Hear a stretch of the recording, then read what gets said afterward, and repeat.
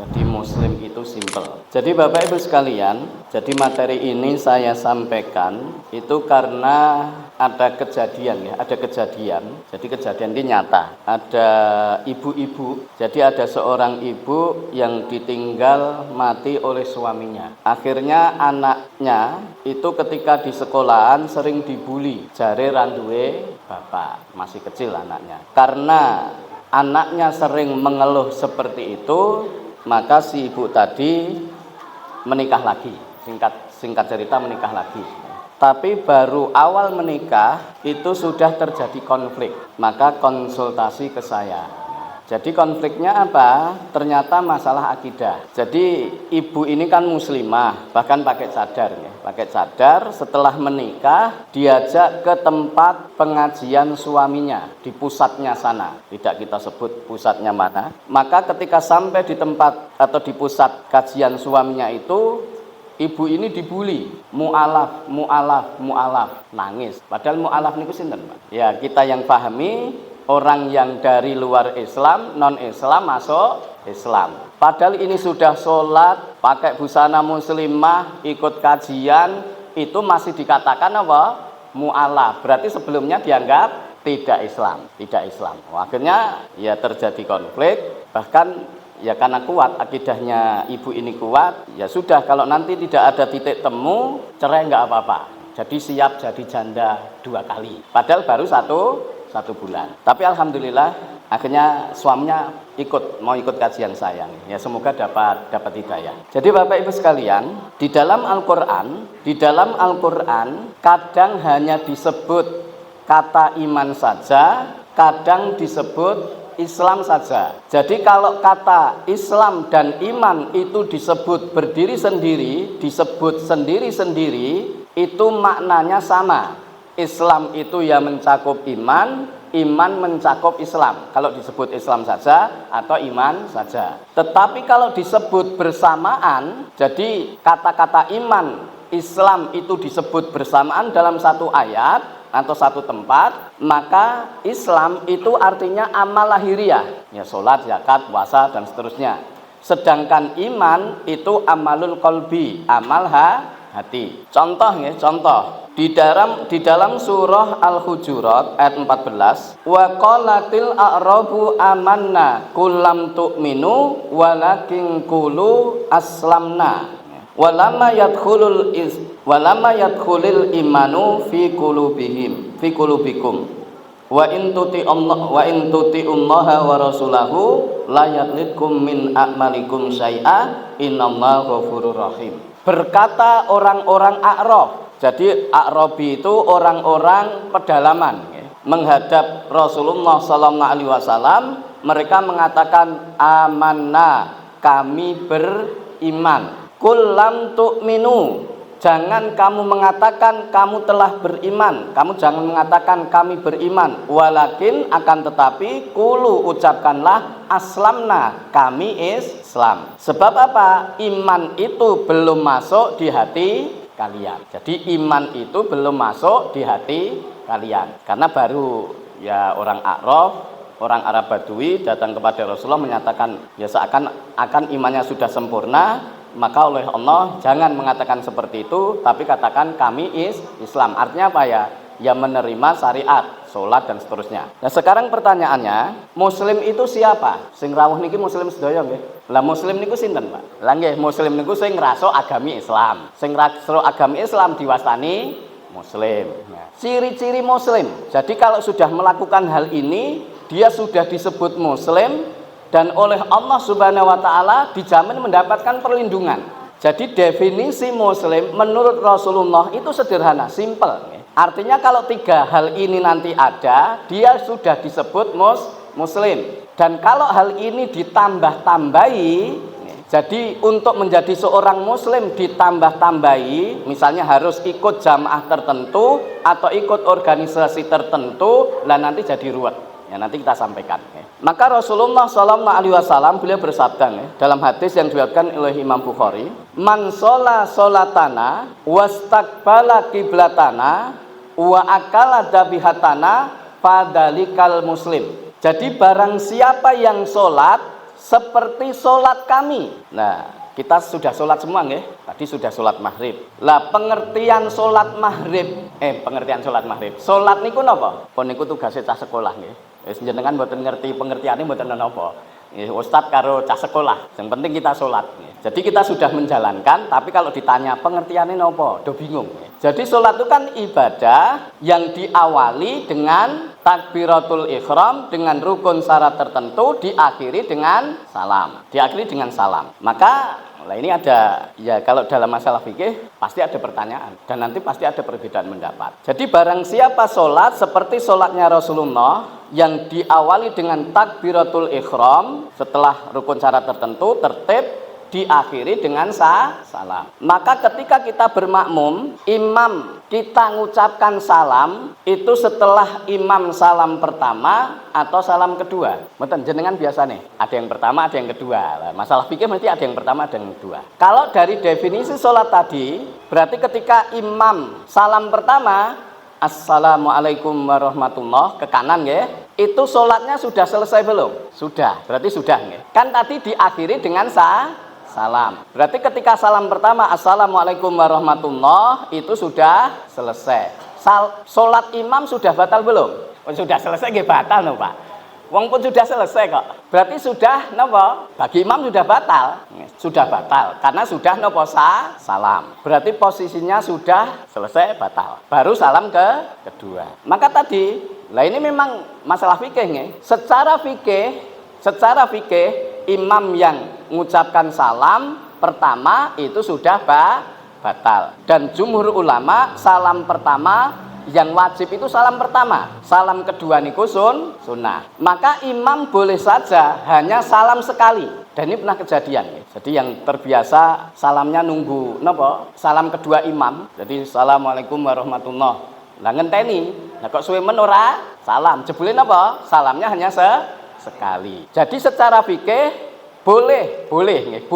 Ketika salam pertama kita salam, imam salam pertama kita salam, itu boleh. Tetapi secara etika adab berjamaah, kita tetap harus menghormati imam. Maka nunggu yang kedua. Jadi jenengan pilih mana? Kalau milih fikih ya pertama nggak apa-apa. Tetapi adab etika berjamaah itu harus nunggu napa? Imam salam kedua. Kalau pakai salam kedua, karena yang wajib itu napa? Salam pertama. Jadi barang siapa yang sholat seperti sholat kami dan menghadap kiblat kami. Jadi wastaqbala kiblatana, menghadap kiblat niku Ka'bah napa kilen? Kilen napa Ka'bah? Ka'bah napa kilen? Wah mantep. Berarti kan enggak mudah di biasanya kalau anak kecil kan sing keri sing dijawabnya. Ya ini kita kaji. Jadi menghadap kiblat, coba kita buka nggih awal juz 2. Jadi saya qulu sufaha minan nasi ma wallahum an qiblatimul lati kanu 'alaiha dan seterusnya langsung yang 144 yang bawa Al-Qur'an nggih, yang kita baca tadi ketika salat maghrib nggih. Qad nara taqalluba wajhika fis sama falan walliyannaka qiblatan tardoha fawalli wajhaka syatrul masjidil haram wa haitsu ma kuntum fawallu wujuhakum syatrah wa innal ladina utul kitaba la ya'lamuna annahul haqqu mir rabbihim wa mallahu bighafilin amma ya'malun. Jadi ayat ini berkaitan pindahnya arah kiblat.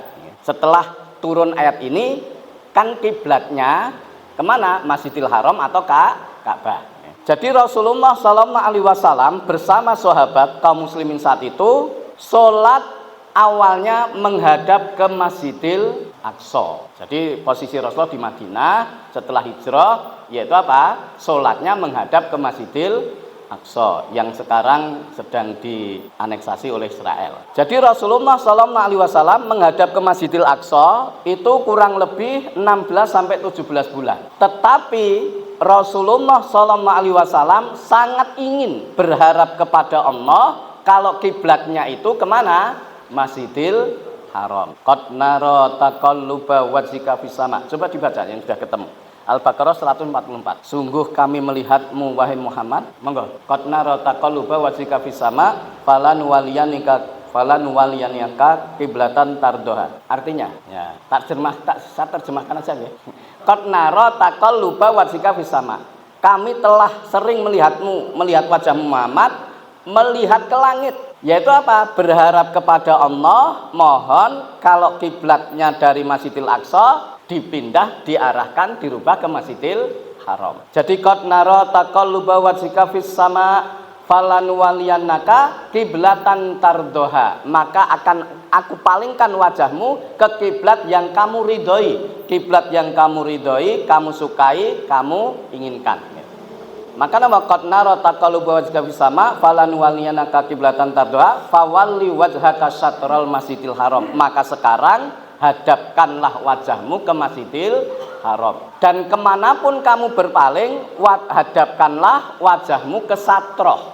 Nah, nanti ada perbedaan ulama memahami kata-kata satroh. Ayat 140 dari surah Al-Baqarah ini turun ketika Rasulullah SAW sholat duhur di masjid yang bernama Masjid Bani Salamah, tetapi akhirnya sekarang disebut Masjid Qiblatain, masjid yang menjadi saksi pernah digunakan untuk sholat oleh Rasulullah, sholat satu waktu tapi madhep kiblatnya dua. Jadi sholat duhur Rasulullah bersama dengan para sahabat masih menghadap ke Masjidil Aqsa. Rekaat pertama selesai, menginjak rekaat kedua, diberi tahu oleh malaikat Jibril, mendapatkan wahyu dari Allah kalau kiblatnya dipindah. Akhirnya rakaat kedua ini geser 180 derajat. Jadi kalau di Indonesia misalnya madhep kemana, timur, langsung berubah ke barat.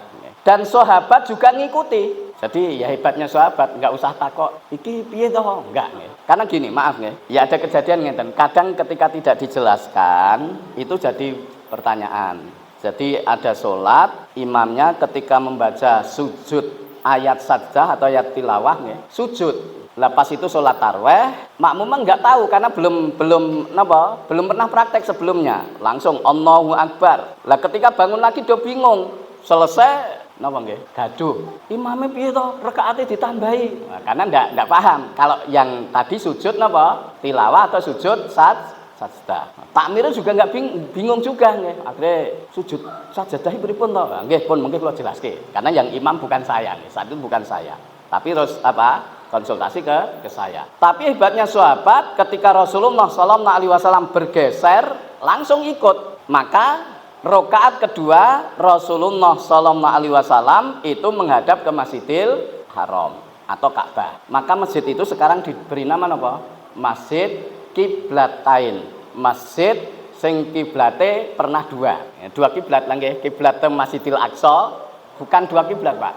Menghadap dua kali. Yang pertama ke Masjidil Aqsa, yang kedua ke Masjidil Haram. Maka tadi setelah itu hadapkanlah wajahmu ke Masjidil Haram. Kemanapun palingkanlah wajahmu ke satroh. Nah ini ada perbedaan pendapat. Contoh ngeten ya. Jadi ini ada mungkin anekdot atau kisah nyata ya. Ada bapak-bapak tindak haji. Jadi kalau era dulu ya, era dulu tahun 1900 nggih, kula dereng lahir, jenengan nggih dereng lahir. Atau sebelumnya, itu yang tindak haji, itu kan orang-orang yang benar-benar mumpuni secara ilmu agama.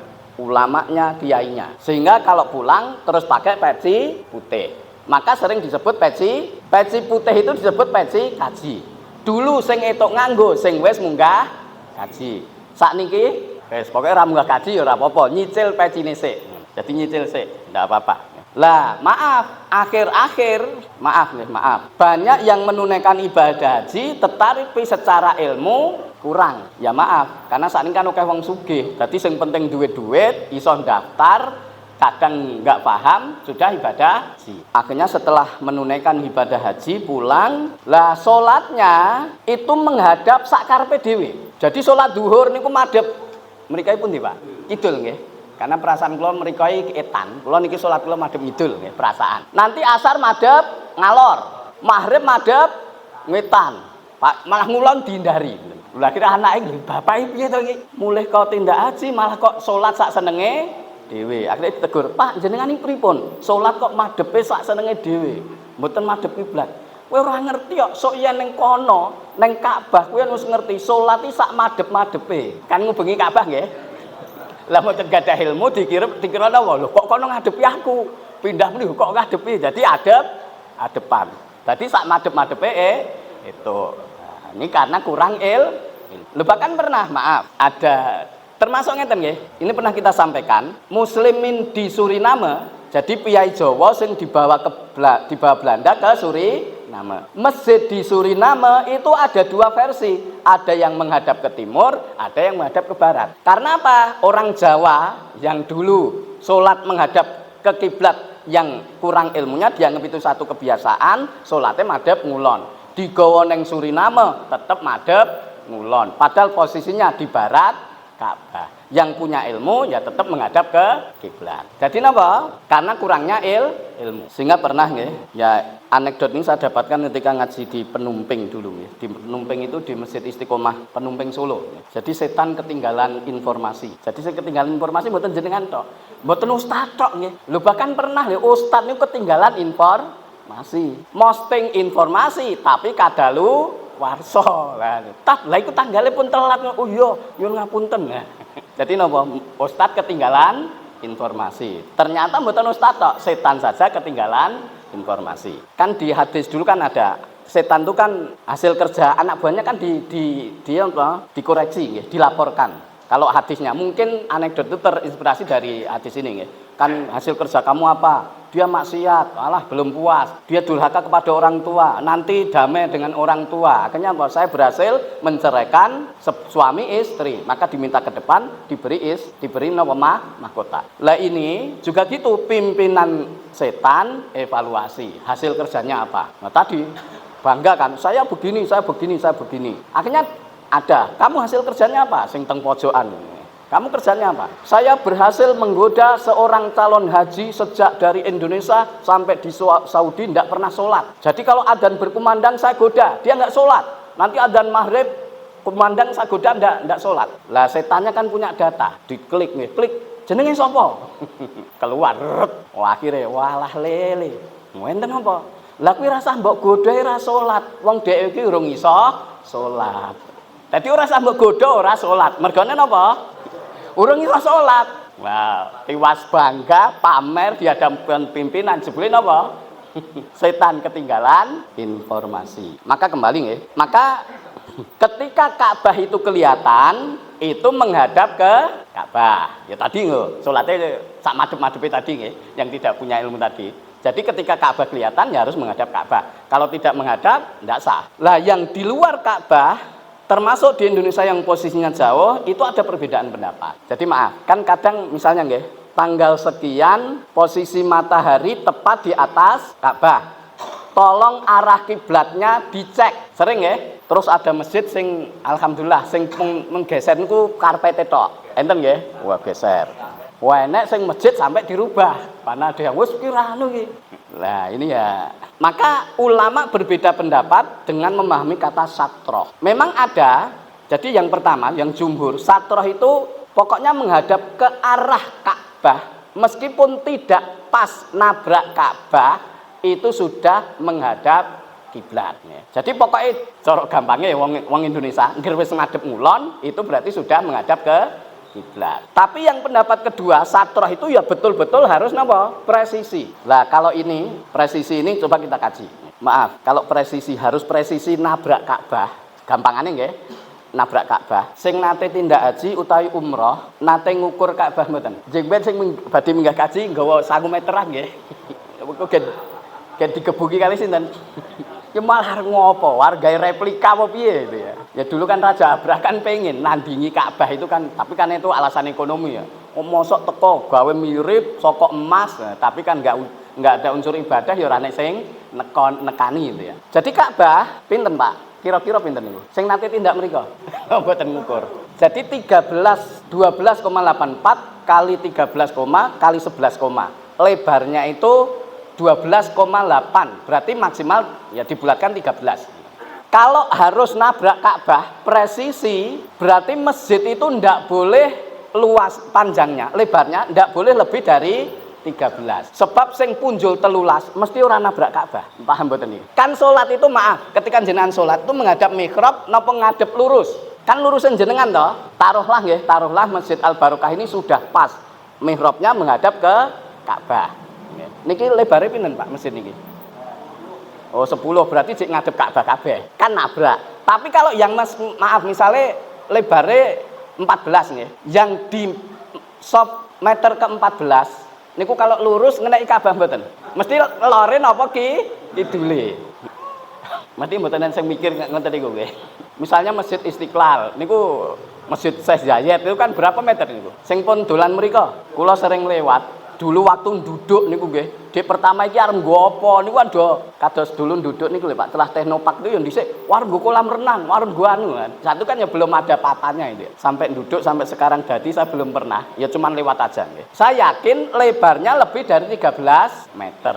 Kalau harus apa tadi? Nabrak Ka'bah berarti sing 14 rono niku mesti ora kena. Maka yang jauh dari Ka'bah asal sudah menghadap ke arah ya napa tidak harus presisi yang tadi, tapi memang ada yang harus presisi. Nah tinggal jenengan pilih mana.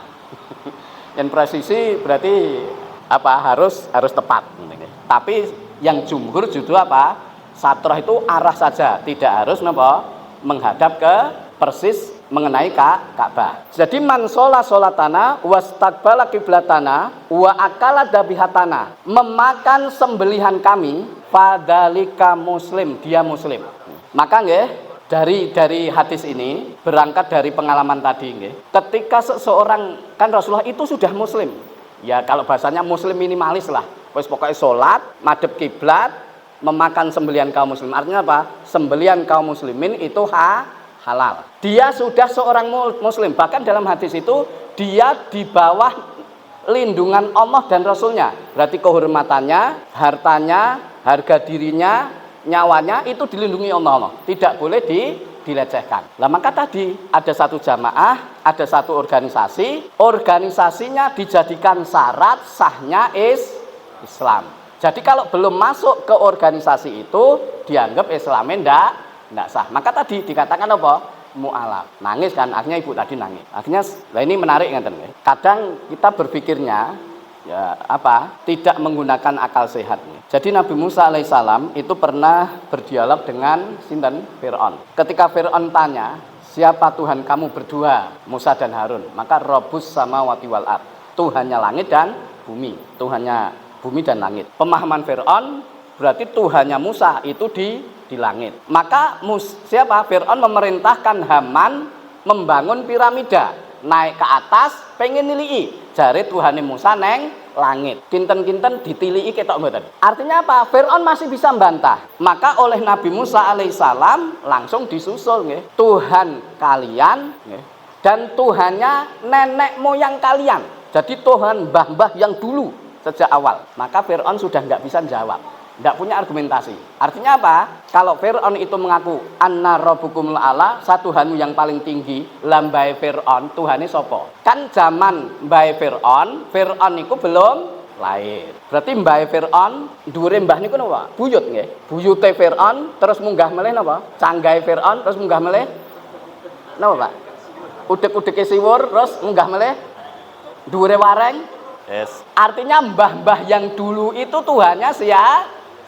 Fir'aun langkemen wis ora iso jawab.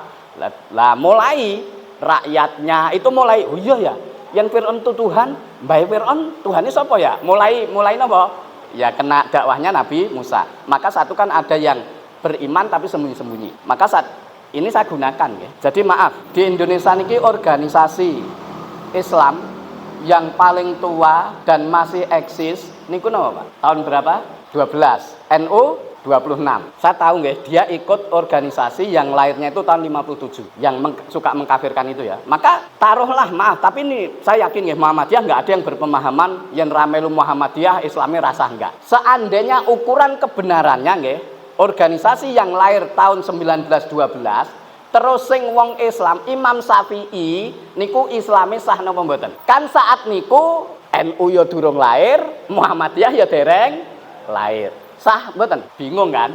Bingung. Maka maaf, hari ini yang suka berpikirnya kebalik. Yang sholat subuh pakai kunut, niku sinten? NU. Sing ora ngaku kunut jane ora Muhammadiyah tok. Nek pokoke ora ngaku kunut wis di napa? Di stempel Muhammadiyah. Jane nggih mboten Muhammadiyah tok nggih. Terus pendahulunya yang pakai kunut itu Imam Syafi'i. Yang enggak pakai kunut sinten? Sinten Pak Mus'ab? Abu Hanifah nggih. Oh, lali.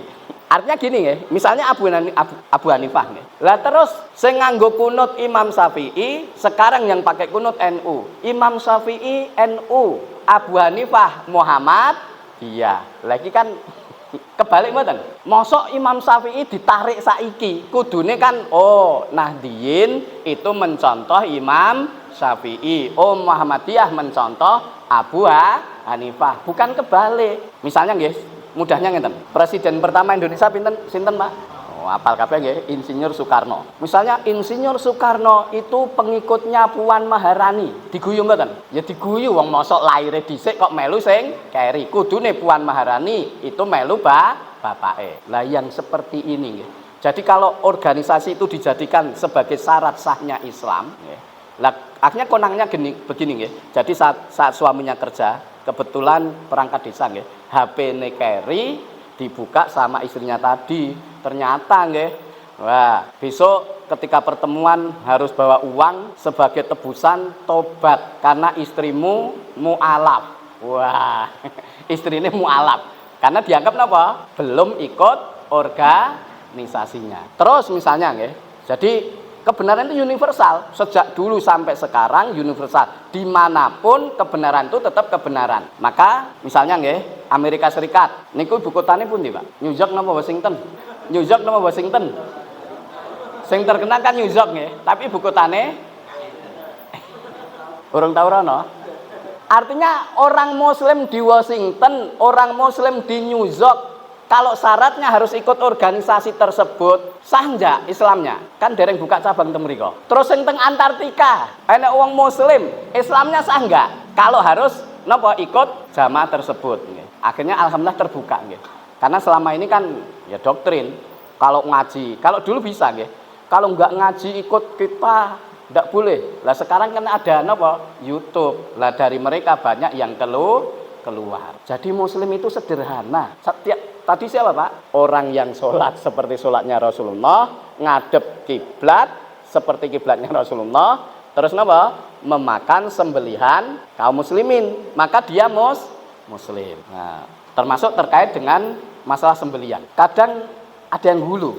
Hulu niku napa? Berlebihan. Contoh nggih, jadi pernah sambatan. Yang mriki basa sambatan napa, Pak? Misalnya orang ngedeke rumah, kalau di tempat saya itu kebiasaannya lah nyambat sambatan nggih. Itu kalau ngebrukke kalih ngunggahke niku sambatan. Bangune tukange ngoten nggih. Kalau tempat saya gitu. Jadi ngebrukke kalih napa? Ngedeke. Misalnya omah dibruker diganti itu sambatan. Nanti selesai mau ngunggahne gendeng niku nggih sambatan. Lah menjelang duhur istirahat kan makan siang. Soto enten dagingnya disingkirke, bukan karena alergi nggih, bukan karena alergi. Karena napa? Karena sing nyambat itu tidak ikut jamaahnya. Dianggap napa? Ndak sah. Ning niki ya setengah pinter, setengah ra pinter niki. Kudune aja dipangan. Kan daginge niku wis campur duduh, kudune wis kena kabeh. Kudune rasa dipangan kabeh. Kok sing dicuthik napa? Niki pinter mboten niki. Lah, berkaitan dengan ini nggih. Jadi gini, kita sampaikan hadis nggih. Bentar. Jadi asal dia muslim, salat nggih, wis nang endi mawon, kita enggak perlu tahu caranya nyembelih seperti apa, ngoten nggih. Misalnya, apakah kita ragu dia baca bismillah atau tidak? Asal dia salat ya. Kita enggak tahu menyembelihnya. Dan saya tahu wong sing nyambat niku kula kok. Sing nyambat kula mosok kula ra salat kan ya ra mungkin kan ngeten nggih. Kan jelas ini. Itu disingkrihke. Maka ngeten. Anna qauman qalu ya Rasulullah, inna qauman ya'tunana bil lahmi lan nadri. Adkaris mallahi alaihi amla faqala Rasulullah sallallahu alaihi wasallam sammullaha alaihi wa quluhu. Jadi dari Ibunda Aisyah nggih. Ada satu kaum menghadap Rasulullah sallallahu alaihi wasallam. Ya Rasulullah, kami diberi sembelihan, tapi kami nggak tahu dibacakan bismillah atau tidak. Maka Rasulullah SAW bersabda, sebelum kamu makan, ucapkan bismillah. Jadi Qala Rasulullah sallallahu alaihi wasallam, samunnaha, sebutlah Allah. Berarti sebelum makan bismillah. Wa kuluhu, dan makanlah. Jadi tidak perlu napa berlebih-lebihan. Karena yang berlebih-lebihan jenengan iso dituthuk. Sebab saya pernah. Padahal maksud saya nggih, jadi saya beli daging agak sore. Saya refleks pegang dagingnya, saya cium. Saya nggak ada pikiran seperti yang diucapkan Bakul ini. Mikir saya itu masih seger atau tidak. Kan beda daging yang masih seger dengan yang sudah mau bau. Langsung pedagangnya nesu, "Mas, ampun ngoten, kula nggih salat, Mas. Mboten yen kula campuri daging babi." Nah, padahal kok belas kula mboten mikir niku. Mikirin niku seger napa mboten. Misale nggih jenengan, enek wong bakul bakso, "Mas, napa misale sapine mbeleh dhewe apa ora?" Misale nggih saben tuku ndadak teka. Ya sing sabar dijawab apik, sing ra sabar dijawab.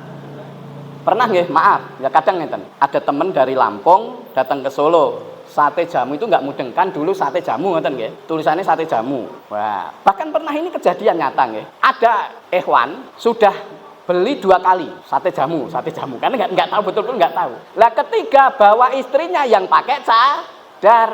Lah tukang parkirnya kan tanya, "Lho Pak, jenengan ajeng teng pundi?" "Teng mriku." "Lho jenengan mboten enak banget ya, wong aku wis ping 2." Wah, akhirnya gandeng istrinya pakai cadar. Tukang parkir ora mentolo. "Jenengan mboten ngertos saya itu mboten." "Napa?" "Niku iwak." Wah, alhamdulillah, astagfirullah. Kan orang ngerti kan enggak apa-apa nggih. Nah, ini termasuk nggih. Temen tadi kan enggak tahu, betul-betul enggak tahu. Teko kalih sing Bakul nggih. "Mas, sate jamu apa?" Rene. "Kupingmu cerakno." Wah, dibengoki. Kirik basa Jawane napa, Pak? Ngomong sak bantere neng kuping.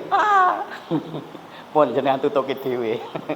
Ternyata napa? Ya kadang ngoten niku yen digenah-genahke. Ya niku kan jadi sembelian nggih. Ya tadi Rasulullah memberi solusi.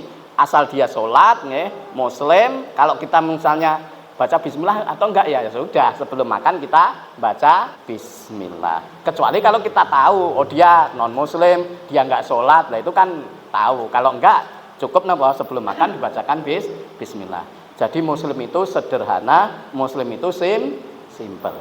Aku lu kali hada, astaghfirullah li wa lakum wa akhiru da'wana anil hamdulillahirabbil alamin. Assalamualaikum warahmatullahi wabarakatuh.